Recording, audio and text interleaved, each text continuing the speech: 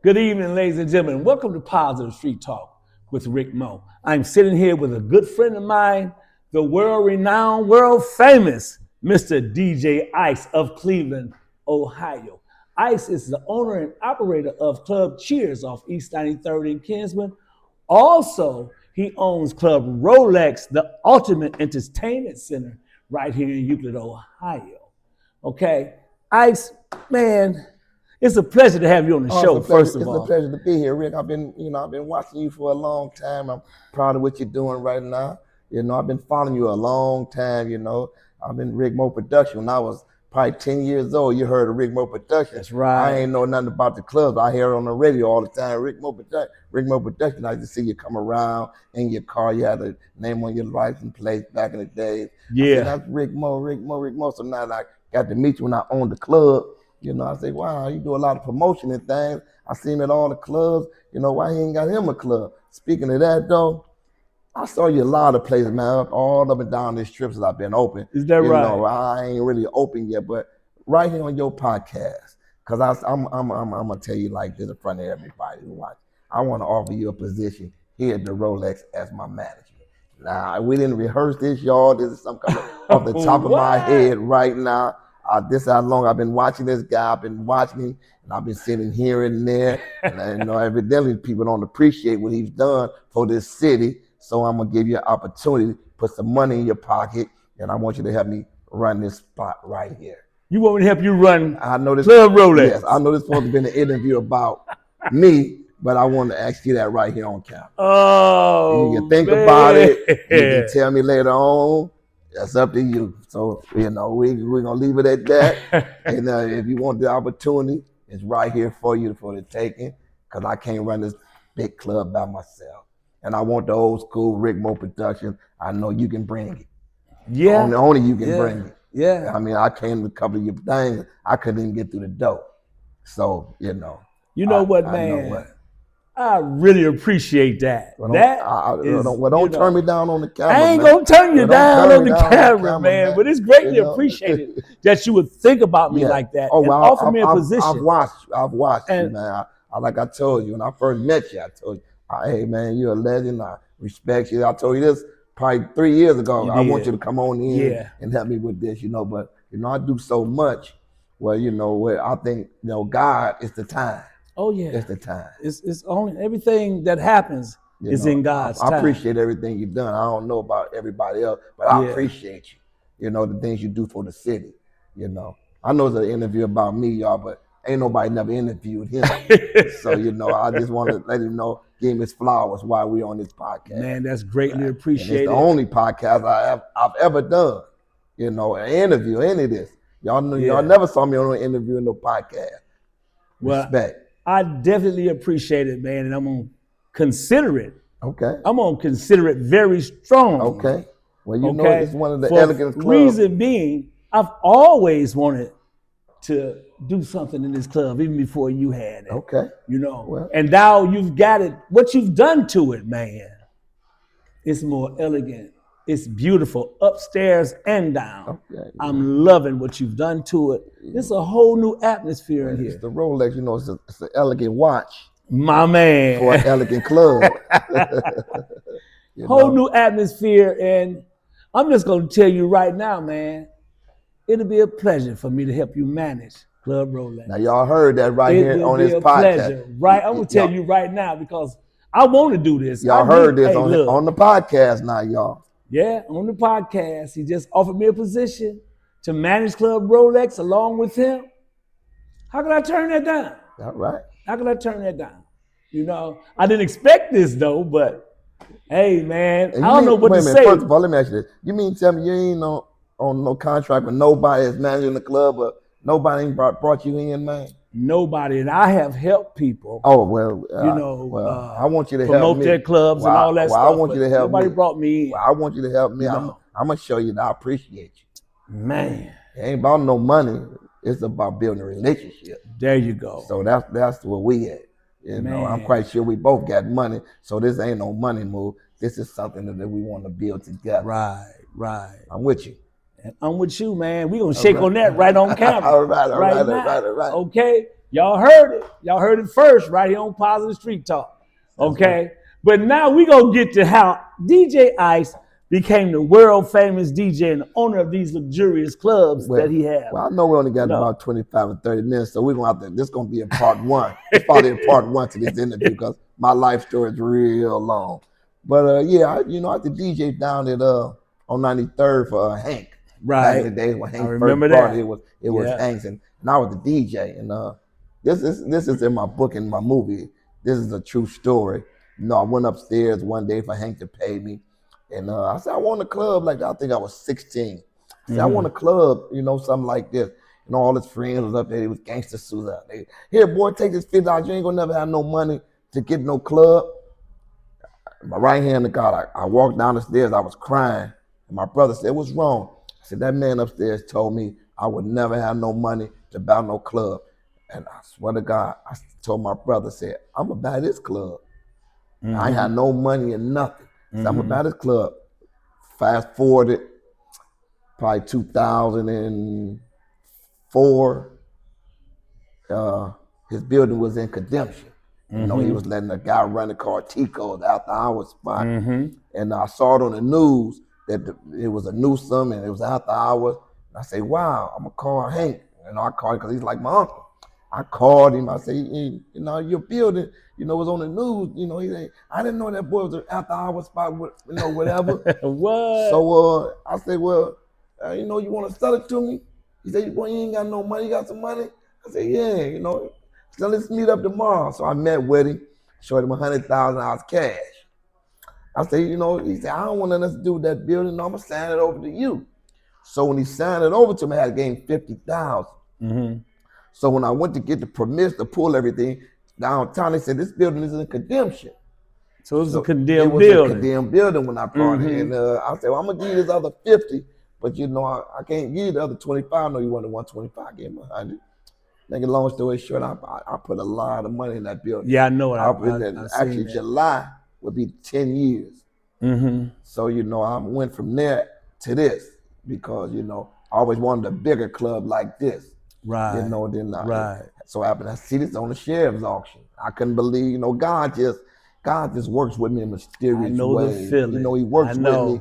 He works with me. He always with me, man. He in this building right now. That's right. So I was blessed enough to be granted this building, which it was almost condemned too, because it needed a lot of. I mean, how much work it needed to be done. Yeah. The parking lot, everything. But I want to make the Rolexx one of the best grown folks club this city I've ever seen. I want to bring back, with your help, I want to bring back City Lights and the Mad Hatter and the Veils on the Circle and Mirage on the Water. Things like that. We want to bring them nights back. Back to the red carpet days and all of that. Yeah, I can't do all that in this big building by myself, So like I say, I've been watching you for years. Rick Mo Production. I don't know if y'all know, but he been doing this. A lot of promoters out here, I give y'all your P's and you do a good job. But this man right here, I've been watching since I was 13. And I'm 55 now. This is actually my 38th year coming up. Yeah, I know I had to be 40 because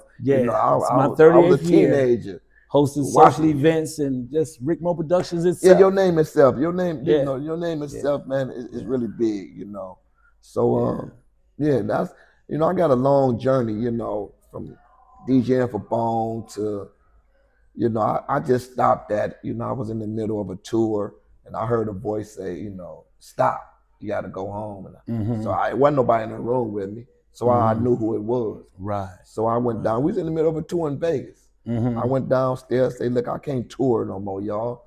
I said, I'm gonna be a famous broke DJ if I keep touring with y'all. I said, I want my own lane. I want my own money. I want millions. I don't want thousands. Yeah. So I left them in the middle of a tour. So now we talk every day. They still respect me. Like on the 29th of this month, we got the after party here. Bone Thugs and Hunter, we got a show at the Agora. I'm gonna perform with them at the Agora. Then we all coming here on November 29th. So yeah, we still brothers. They respect what I've done. That's good. They respect. I could see if I left them and didn't become nothing, a failure, then they, oh man, look what you did. Right. But they understood what I said I was finna go do. I didn't. They said, well, you ain't got no money. How you just gonna leave tour? I got a plan. There you go. All you need is a plan. You don't need no money. All you need is a plan and God. And you go to work. You're thinking into perspective, man. Yeah. I said, I ain't had no money when I got Cheers, but I had God. I had a plan. You need God in the plan, and you good. You got to think it into existence, man. I know. Whoever watching this, it ain't you ain't never too young or too old or nothing. You thinking it into perspective, and it's gonna come. It's gonna come. As long as you have God. That's why you gotta have God. God, I put God first in everything I do. He always on my neck, so I wear him every day. What I do as far as bringing people together, that's my ministry, man. People don't understand. Well, I've watched it. That's my ministry. Only God could make it possible for me to bring people together the way I do. I've watched you in my club promoting other clubs with the flyers and everything. But my respect level, I just say, hey, he can't pass them out of here because I respect Rick Mo Production. Listen, he can do what he can pass. I told you, set some flyers over there, man. You sure did. Set some over there. Did. Yeah, because I believe in, I respect you. I wouldn't even be on this podcast. I wouldn't have made that offer on this podcast. I respect you. I appreciate you too, and man. I'm going to appreciate you, man. Whatever you bring to the table, I'm appreciate it. Oh, I got some plans. The wheels start turning as soon as you said that, right? So wheels is turning right now as we talk, as we speak to each other on this podcast. The wheels is turning. I got a plan already. I know why you ain't never done no party because your events, they hold, it be 800,000-900,000 people. And you told me, hey man, I can't get 1,000 people in there. But and I respected it. I said, you have up and down. Yeah, but that's what we gonna have to do. Said, well, I'm gonna get with you. I'm gonna get with you. So he didn't get with me, so I got with him. How about that? Wow. And you did too. You just sprung something on me, man. All right. Well, that's what it is, man. But listen, how did you actually hook up with Bone? Because before you start, my other little cat, he used to work with Bone too, I think. He grew up with us down the way for a while. Then he moved up to 90-something St. Clair. Little Rob J. Oh, yeah. Rob Paz. That was my dude. Yeah, Rob married Lazy's cousin. Okay. That's how he became into the Mo Thug thing. Okay. But, I knew him. I met him, probably, it had to be, I still want to say 89.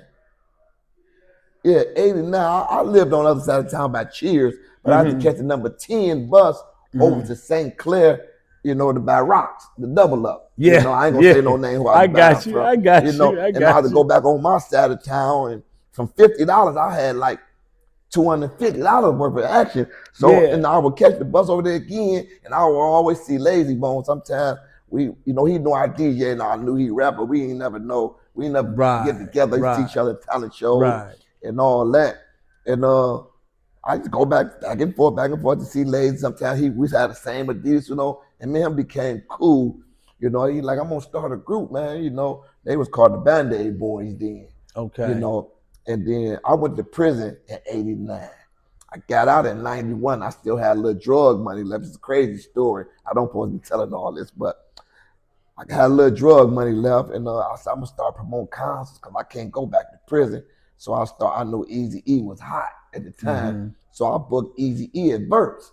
Not knowing at this time while I'm in prison, I'm not knowing that they're in California looking for Eazy-E. They don't take a one-way bus trip. This is a true story. They don't take a one-way bus ticket. You the first guy this interview, man. Yeah. They don't take a bus ticket. They looking for Eazy-E. I get out of prison in 91.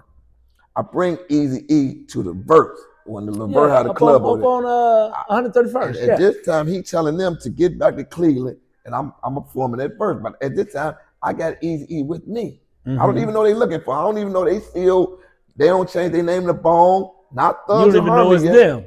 Yeah. Right. Well, so after Eazy-E show, he let them backstage to rap because he told them, if y'all get to Cleveland, I'll let y'all open up my show. They get backstage and they rapping for it. I said, wow, what's up? Steve, and we've been looking for E. They ain't paying me no attention for real because they so excited. They've been looking for this guy for 2 years. So me and Eazy go to the hotel. Where's 150th?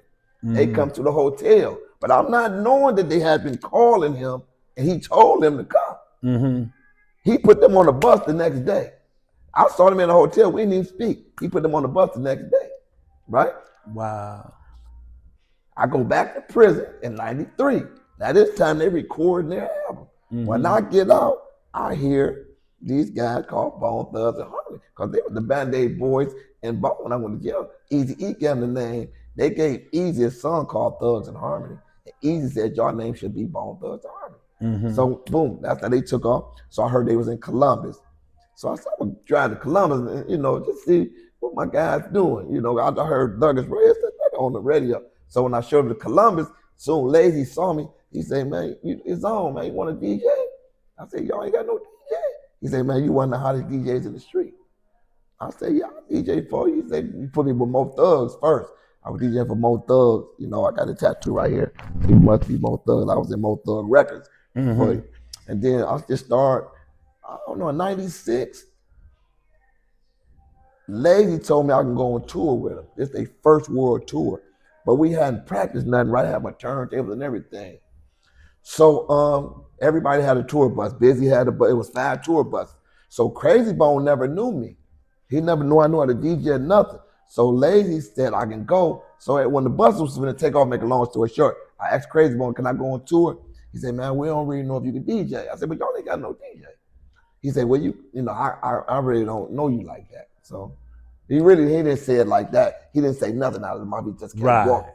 So I said, listen, man, y'all had me in California before. Lazy had me in California before this tour. My turntables out there. I said, just give me some money to buy me some turntables. I can stay in Cleveland. I don't have no problem. I ain't never been on tour anyway, so I can't miss nothing I never had.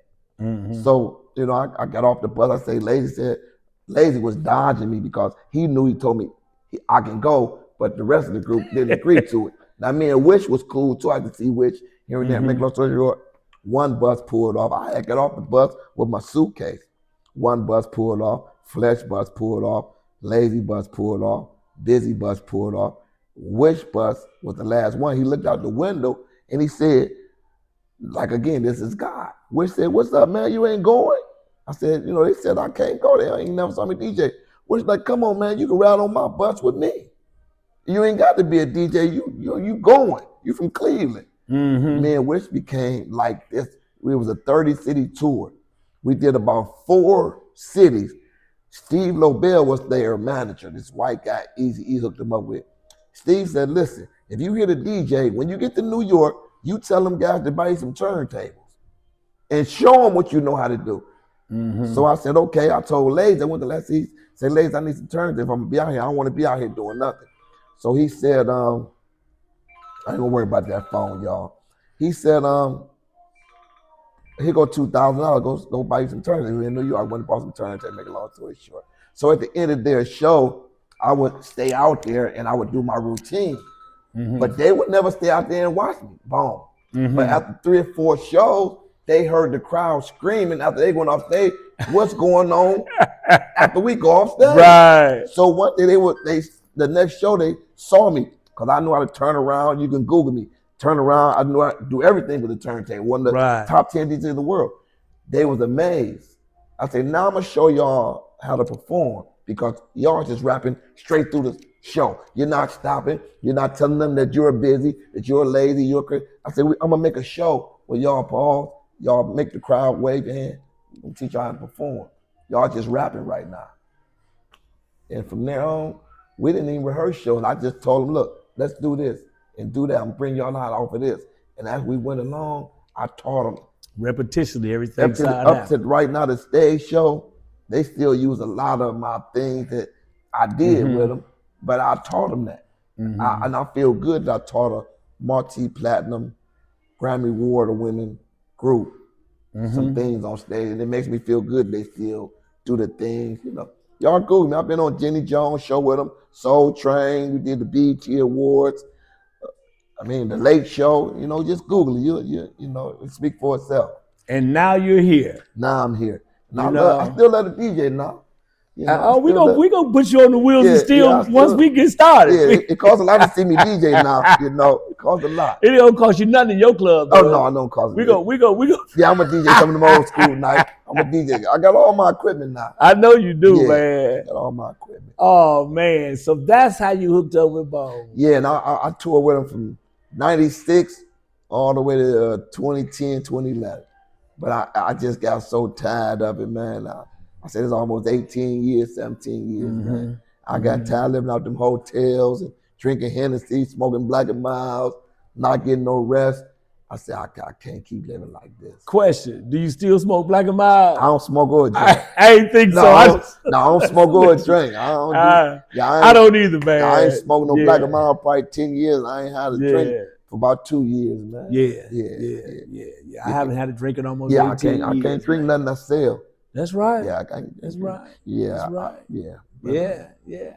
And now you here, you got the Rolexx. You got Cheers. I like when you first, because I used to hang in Skeets. You know that. And I would venture over across the street sometimes. And I said, this place is small, but he got it hooked up in here, man. It's a nice little quaint little spot. But you probably did some more things to it since then. Yeah, I bust the back wall down. That's what I was going to say. Because I know about the back of it where we used to park the cars at back. Because that's the whole club now. I knew Hank very well. You know what I'm saying? Yeah, that's a club now back there. Okay. Yeah, that's a club now. Yeah. See, when I used to come through there, we used to pull our cars up in there. Yeah, I know the garage. Yeah, the garage still works. That's why I park my cars there. But I built a little more to it, Okay, that's great, man. Cheers, that's my home. That's my baby there.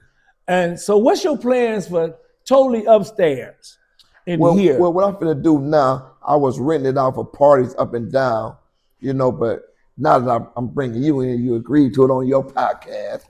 I'm going to force people to have parties upstairs now. You're going to have to have parties upstairs.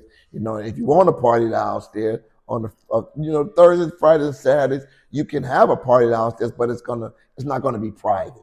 We're gonna say that. Right. You can have a party downstairs, but it won't be private. It won't be anyone can come in. So what you're saying is, because this was my idea anyway for this place a long time ago, you're gonna have free parties downstairs. Yeah, we can. And now you might have a party with one or two other people. Right now I charge like $1,000, $1,500, but whatever you want to bring to the table, if it makes sense to me, then we'd do that. Which I'm quite sure everything you do makes sense.